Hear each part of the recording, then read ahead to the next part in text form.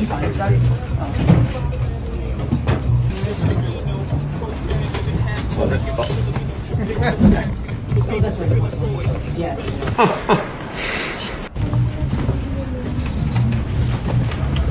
去房间家里坐。我的地方。都在说什么？姐。Beautiful. Beautiful.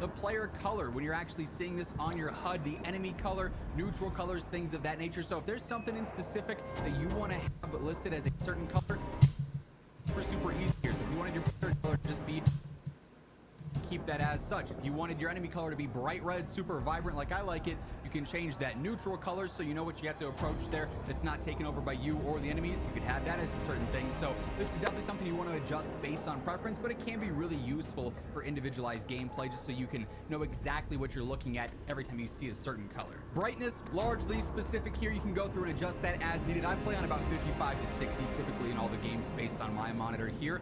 Camera effects, this is actually a super important one. If you go in here, basically what you want to do with all of this is turn this off. You don't want weapon motion blur or world motion blur.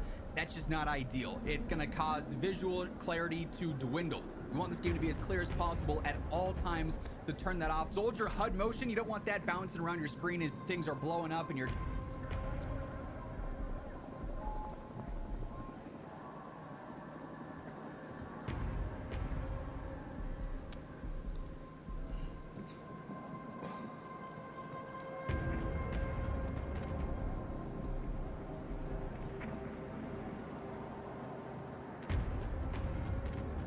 jumping around and doing all sorts of stuff, so I keep that off. I don't want my camera shaking a ton either. If you want the super great immersion feel, you could turn this stuff on, but for a competitive experience, you don't want any of this. So I turn this all the way down to its lowest possible thing at 20. Chromatic abrasion off. Infantry crosshair projection I also have on off there. For controls here, initially with the accessibility stuff, it's just under hold and toggle. We'll get into more stuff here as we get into some of the specific settings there. But in general, I leave a lot of this just as default. I do change over to prioritize interact, so I can interact with things right away. If I have the option to reload a gun or interact with something, it's going to interact first. So whether this is opening doors, getting in and out of vehicles, whatever the case is. Other than that, if I'm just out in the middle of nowhere, I'll be able to reload just with one single tap there. So that's what I personally go for from a competitive experience, similar like what I do over in COD. A lot of this other stuff though is going to be personal preference. You might like the crouch setting more on crouch toggle sprints. You might want to have auto sprints on there for double tap sprint forward. So that's a little bit more preference based here. You can adjust these as needed. For the most part though, like I said, I just leave all of this as default. Now under my controller stuff here, I don't want any vibration with accessibility, so I turn that off. I turn vibration intensity all the way down. Vibration mix, modify this. I just keep it all totally off there. Basically, if you want to customize it, you can turn all this off. You'd have that good to go for that. Under chat, I just leave this as off. If you want to have incoming text chat played in text-to-speech, you can have that on, but not super necessary there. I turn off the in-game tutorials, don't need that. Same deal with the hints, you don't really need any of that on there if you don't want that either. Now we can jump into the actual specific settings per tab here, starting first with gameplay, where there is quite a bit to adjust here. So first up, I don't play inverted, so I just leave that as default. Hold and toggle stuff, as we just talked about, is already listed here, so we've gone through, we've skipped through that all fine and dandy. With infantry here, this is a super important category when it comes to how your game is going to feel. Starting first with sensitivity, but we'll get more into this as we get into controller, mouse, and keyboard, so on and so forth. But you can adjust your sensitivity from here if you want that same deal with your mouse aim sensitivity. Other than that, we've seen a lot of this stuff already in our other accessibility settings, so it's going to be the same there. Again, prioritize interact listed as my interact prompt there. With vehicles, again, you can kind of just copy and paste stuff here. It's a lot of personal preference.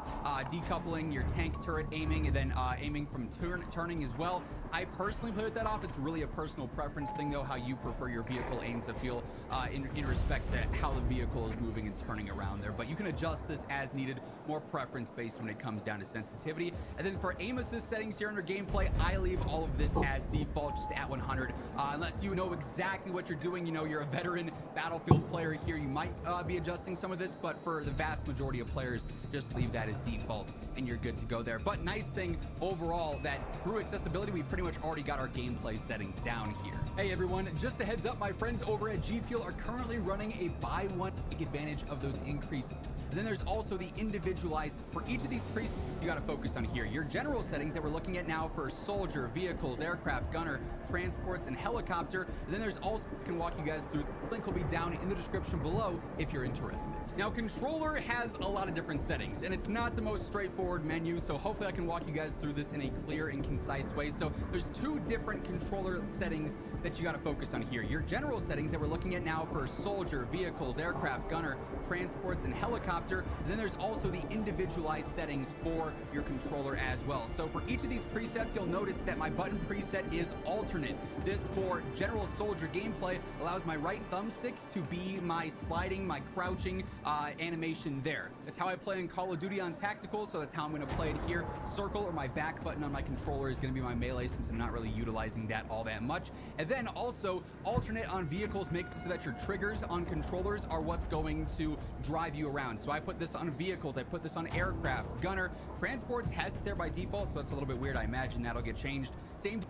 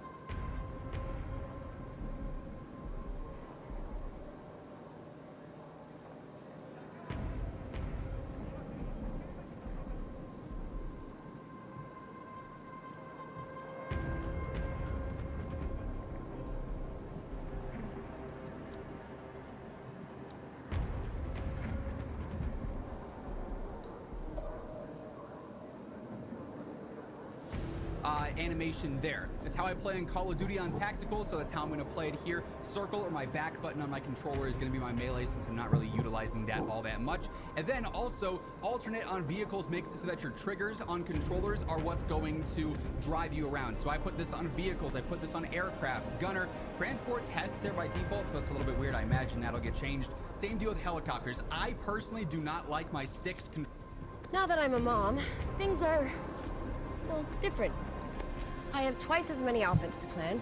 My overpacking has reached new levels. Controlling my vehicles, I'm not a fan of that movement, so I use my triggers to brake and to accelerate. My sticks will be for the camera there instead. So that's a pretty important thing to note here as you're going through there. But then you can go through and actually edit your settings. Controlling my vehicle, my crouching is going to be my controlling my vehicles. I'm not gunner. Transports has back button on my controller is going to be my melee, since I'm not really utilizing that all that much. And then also alternate on vehicles makes it so that your triggers on controllers are what's going to drive you around. So I put this on vehicles, I put this on aircraft, gunner, transports has it there by default, so it's a little bit weird. I imagine that'll get changed. Same deal with helicopters. I personally do not like my sticks controlling my vehicles. I'm not a fan of that movement, so I use my triggers to brake and to accelerate. My sticks will be for the camera there instead. So that's a pretty important thing to note here as you're going through there. But then you can go through and actually edit your settings in full for your controllers, and you can see we've got quite a bit going on here, and a lot of this is very important. So for controller settings outright,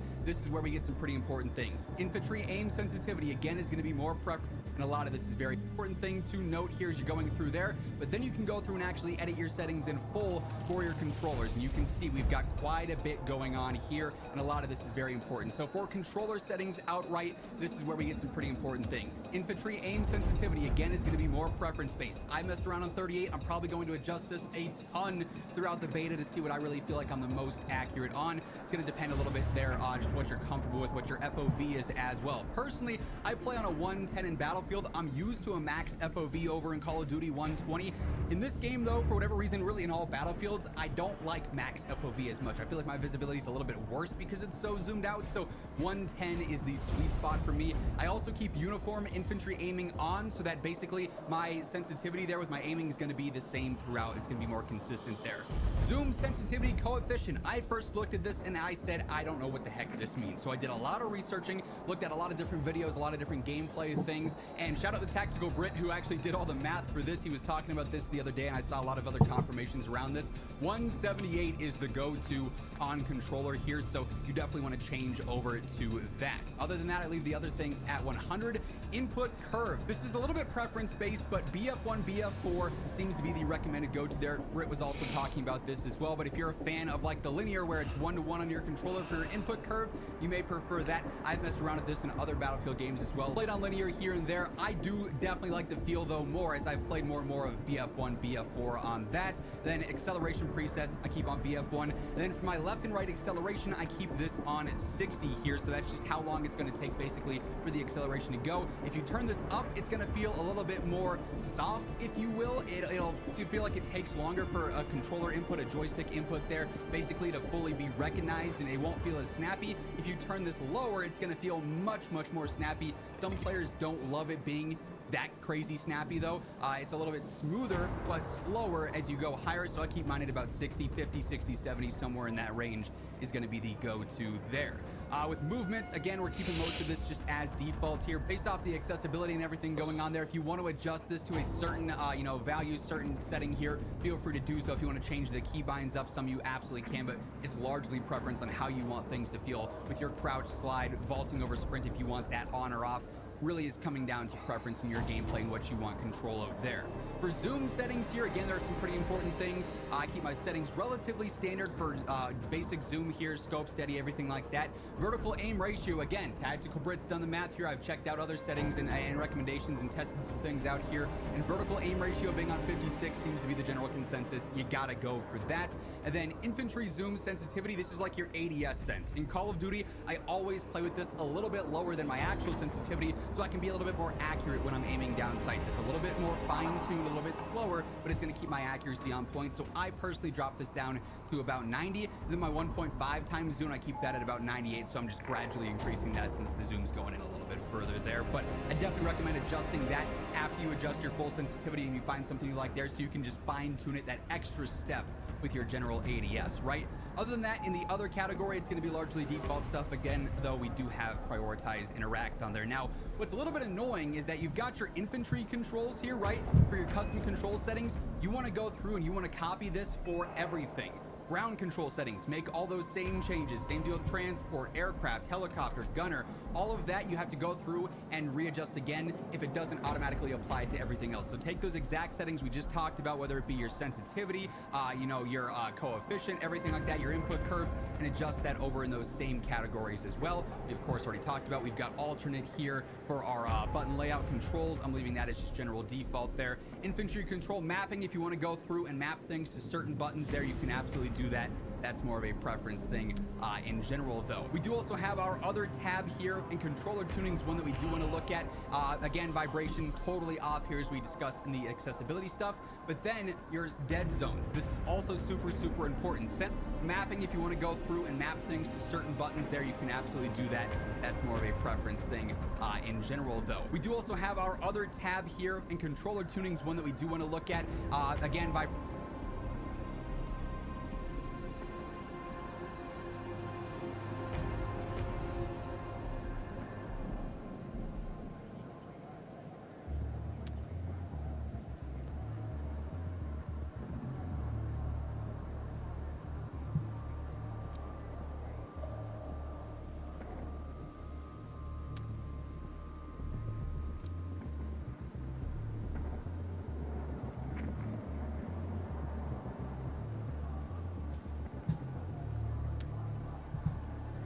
vibration totally off here as we discussed in the accessibility stuff, but then your dead zone general though. We do also have our other tab here, and controller tunings, one that we do want to look at. Again, vibration totally off here as we discussed in the accessibility stuff.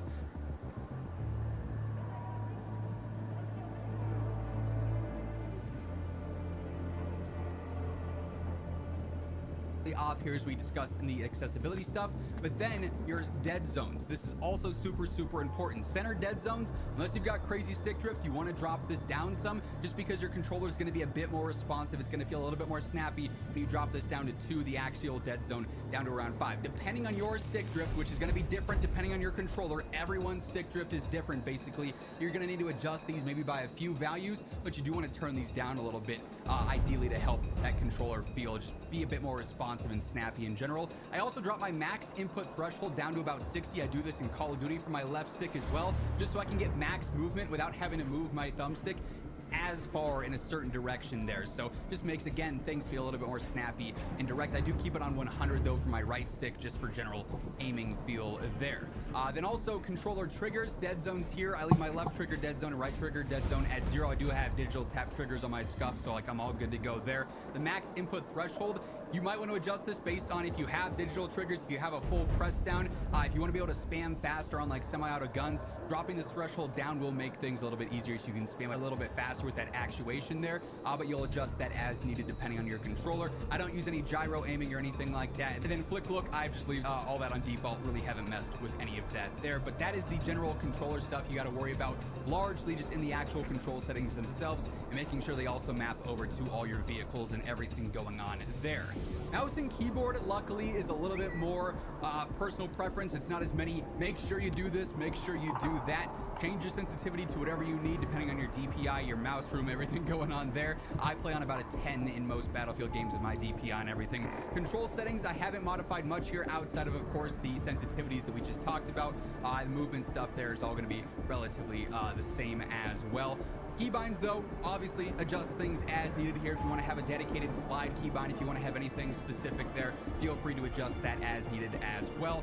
Your vehicle mouse sensitivity, everything going on there, your controls, again, you're going to want to go through and do these as needed. Under advanced settings here, raw mouse input, obviously you want that on there. If you're familiar with that, turn that on, make sure that's all good to go there. Other than that, though, like keyboard and mouse, as with most games, largely comes down to keybinds and sensitivity. There's not as many global, universal best settings there, so just rock with what you're comfortable with. Figure out, fine-tune your sensitivities, your keybinds, so you can be as snappy and aggressive as you need to be with certain things.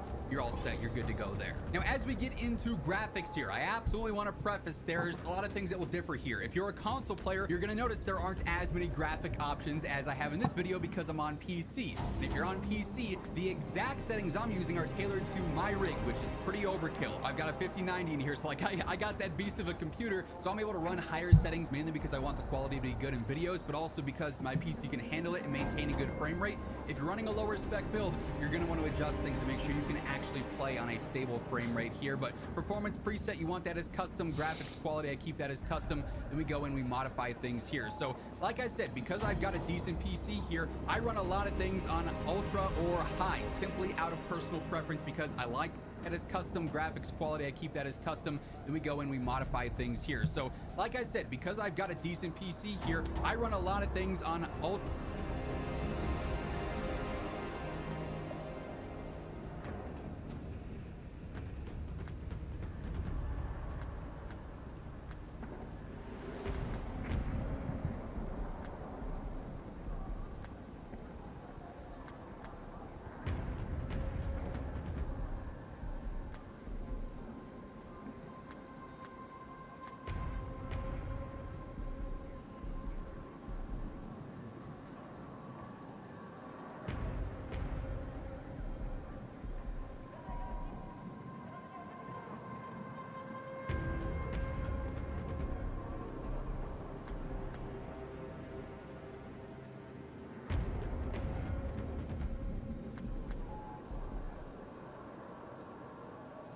Ultra or high, simply out of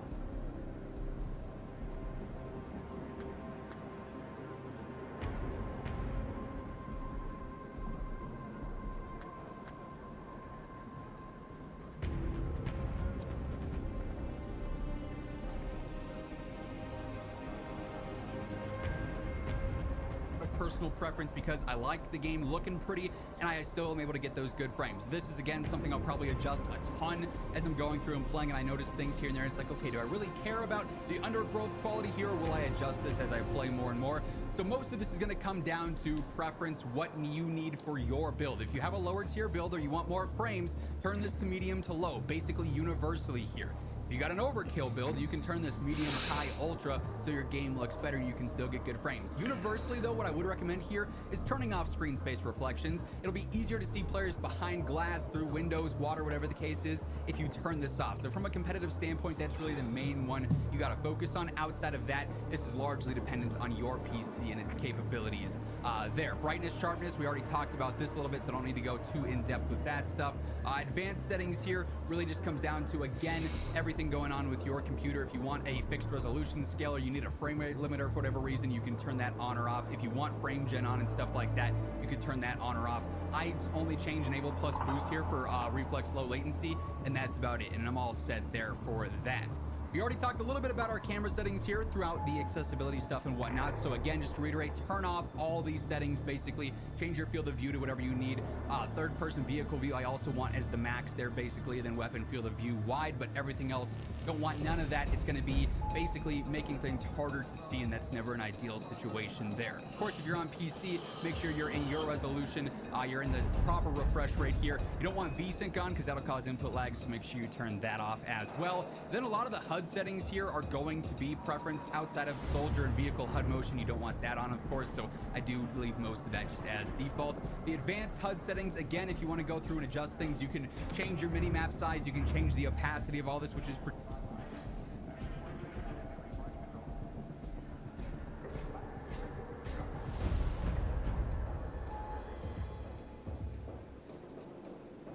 cool as well. You can change certain colors here. If you want hints turned off, again, you can change that in here too. Largely all going to be preference though for that there. And then lastly, down at the bottom of graphics, we've got icons, indicators. You can adjust these as needed. Crosshairs, you can go through.